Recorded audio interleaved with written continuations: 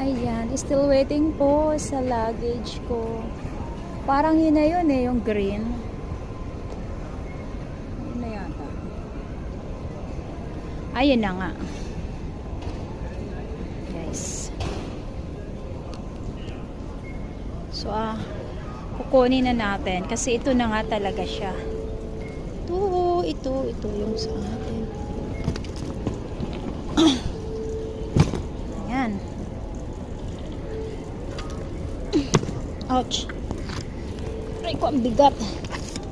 So, basahin natin para baka may kahawig tayo.